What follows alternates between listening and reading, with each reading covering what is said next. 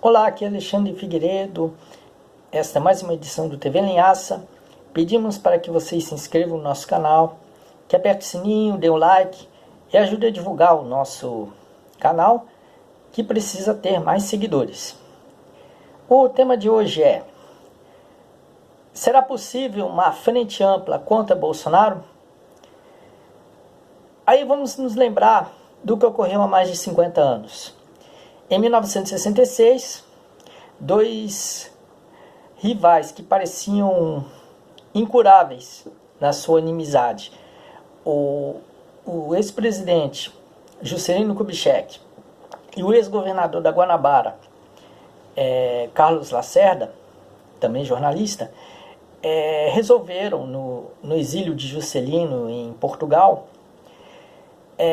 se reconciliar, pôr as divergências de lado e resolver iniciar um movimento pela redemocratização do Brasil.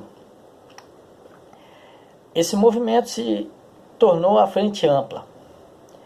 Foi a primeira tentativa de redemocratizar o país, de reagir contra a ditadura militar. E naquele ano de 1966, estava começando tanto os protestos estudantis, que sobretudo se voltavam contra o acordo McBride, que iria destruir a educação pública brasileira, quanto também havia os festivais da canção, em que a MPB se tornou um meio de expressão política e cultural contra a ditadura. A Frente Ampla, ela foi um movimento que tinha três lideranças. Tinha Juscelino Kubitschek, Carlos Lacerda e João Goulart, que no exílio ele mandava o seu apoio ao movimento. Ele não participava diretamente, até porque foi ele que foi derrubado pelo golpe militar, e se ele voltasse ao Brasil ele seria preso. Então, essa Frente Ampla era muito polêmica. O Leonel Brizola, ele não aderiu ao movimento, achou que era uma daquelas negociações políticas suspeitas. E aí a história registra que a Frente Ampla até começou a pegar aos poucos, até 1968, quando justamente no momento em que a Frente Ampla estava ganhando popularidade, ganhando ritmo, a própria ditadura militar declarou a Frente Ampla um movimento ilegal. Ou seja, extinto. Um movimento contra a ditadura, veja só, que foi extinto pela mesma ditadura. Uma grande crueldade, né? Pois é. Agora os contextos são muito diferentes.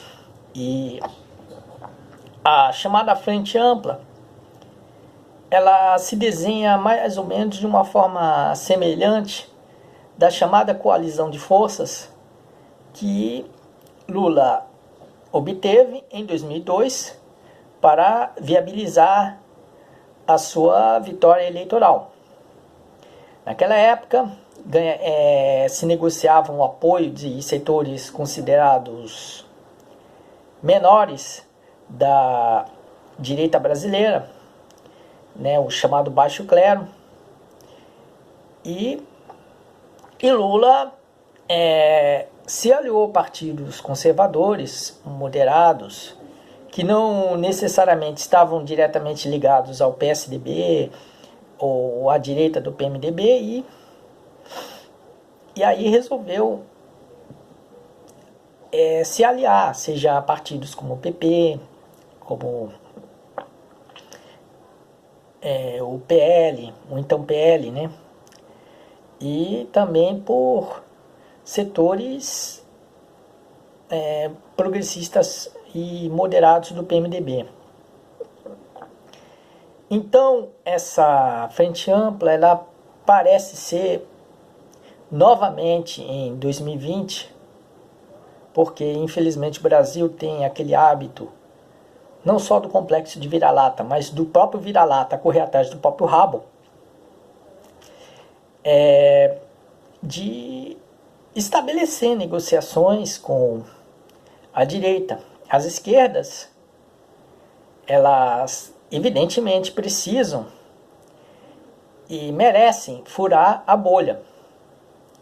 Setores da direita podem ser ouvidos pelas esquerdas, setores da direita podem. Mas é preciso tomar cuidado, porque geralmente a bolha é estourada do lado errado.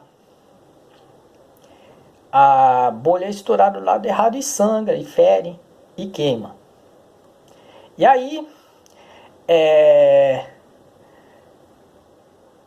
o medo é das esquerdas, através do que eu chamo de brinquedos culturais, que é o acolhimento de ícones religiosos, musicais, comportamentais, etc., trazidos pela centro-direita, principalmente pela ditadura militar, né? E aí as esquerdas resolverem se aliar à parte que não deve se aliar da direita. Ou seja, as esquerdas precisam ver que o verdadeiro aliado não é aquele que abre os braços, faz uma manifestação efusiva, que supostamente defende o povo pobre, que fala em otimismo, tudo mais. Às vezes o melhor direitista para se dialogar com as esquerdas, ele é bem mais discreto. Não é aquele ídolo religioso, festivo, de peruca, que diz falar com os mortos, que diz que vai promover a paz mundial, desde que os sofredores fiquem calados, é coisa assim. Não é isso, não é o médium de peruca, não é a popozuda do funk, não é o craque com carrão, craque de futebol com carrão do ano, milionário e coisa assim, que vão trazer a revolução progressista para o Brasil. Mas infelizmente ainda tem essa ladainha, porque é aquela coisa que eu falo, da comparação. A galinha precisa se aliar com urubus e gaviões, mas a grande teimosia é que a galinha quer se aliar com a raposa para furar a bolha.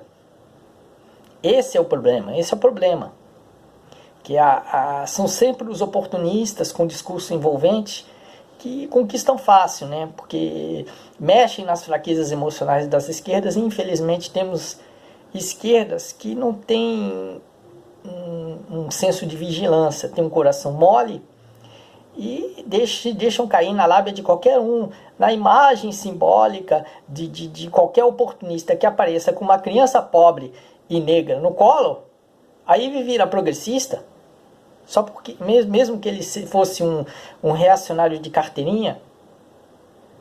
E esse que são os problemas que temos que enfrentar, de haver oportunistas que vêm com um discurso envolvente e de repente se tornam não só amigos das esquerdas, como às vezes são tratados como se eles mesmos fossem de esquerda. Pasme. E aí entra em contradição em tudo. Há pautas, por exemplo, que os médiuns do espiritismo brasileiro reprovam das esquerdas, que a defesa do aborto, que as esquerdas defendem o aborto, claro, não de qualquer forma, mas das condições de risco à saúde, no caso de estupro. E o espiritismo brasileiro prefere que a mãe morra e gere filho do que um filho abortar um filho que vai nascer com sérios problemas de saúde. Ou então, no caso do estupro, que o espiritismo brasileiro pede, pelo menos para que a estuprada negocie com o estuprador a guarda do filho, ou pelo menos se não se casassem, que estabelecesse um diálogo, um acordo assim, como se fosse um ex-casal. E o funk, no caso da regulação da mídia. Os funkeiros nunca foram a favor da mídia, da regulação da mídia. Nunca foram. Por quê? Eles obtêm visibilidade na Globo, no SBT, na Record, na Rede TV. Como é que eles vão ficar na mídia alternativa? São pautas assim bem arriscadas que fazem as esquerdas caírem no ridículo nessa aliança com certas forças, com certos fenômenos da centro-direita. A melhor aliança na religião, por exemplo, as esquerdas agiriam melhor se aliassem com setores progressistas da Igreja Católica e da Igreja Batista. Setores autênticos. E assim como tem religiões como a muçulmana, como o candomblé, né, que tem gente que são ligadas às classes populares, aos excluídos, como os árabes, os negros, ou então também as crenças indígenas, algumas crenças orientais também, porque tem outras opções que não esse espiritismo brasileiro que nasceu já deturpado. É uma religião contaminada. Dá uma pena ver um Franklin Félix defendendo a deturpação, defendendo médiuns reacionários e ele se autoproclamando de esquerda. Dá uma pena. E no caso da música brasileira, não há necessidade de se aliar aos funkeiros, os funkeiros são inclusive apoiados por Luciano Huck, tem ramificações ligadas à direita brasileira, sejam os partidos políticos, seja o Instituto Millennium, seja a Fundação Ford, tudo mais. Não tem, o funk nunca é de esquerda, nunca é. Os funkeiros podem até se autoproclamar, aquele Bruno Ramos da Liga do Funk, fazer jogo de cena, mas eles não são aliados. Não são, nem são de esquerda.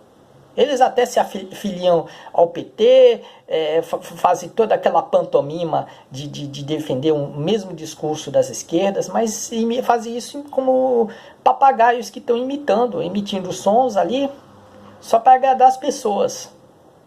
A gente nota que esse pessoal todo não tem um discurso consistente próprio para as esquerdas. E nem como aliados distantes servem. Eles são usurpadores. E o Brasil precisa entender aquela coisa do inimigo interno. Que o inimigo interno é o usurpador que justamente finge ser o melhor dos aliados, mas é o pior dos traidores. Por isso que o Brasil precisa precisa escolher entre um Carlos Lacerda e um Cabo Anselmo. É possível que um Carlos Lacerda venha com um discurso que pode ser relativamente apoiado pelas esquerdas. Até certo ponto podemos ouvir um Alexandre Frota, podemos ouvir uma Janaína Pascoal, um Reinaldo Azevedo. De certa forma, sim. Mas no caso de haver funkeiros, de haver supostos espíritas de esquerda ali, isso é muito arriscado. Muito arriscado. Tem muito Cabo Anselmo oculto por aí. Tem muito Cabo Anselmo aí com peruca, óculos Ray-Ban ou com um boné e bancando o MC. As esquerdas devem furar a bolha, sim. Mas tem que furar a bolha do lado certo. Ver o contexto da situação e não ver o discurso falsamente efusivo, entusiasmado, com criança pobre no colo, com alegações de um futuro melhor. Não. Chega de espetáculo. A gente quer gente que se afine com ideias e interesses em jogo, em vez de oportunistas que ficam entusiasmados rasgando seda, porque um dia eles rasgam seda, no outro eles queimam o filme.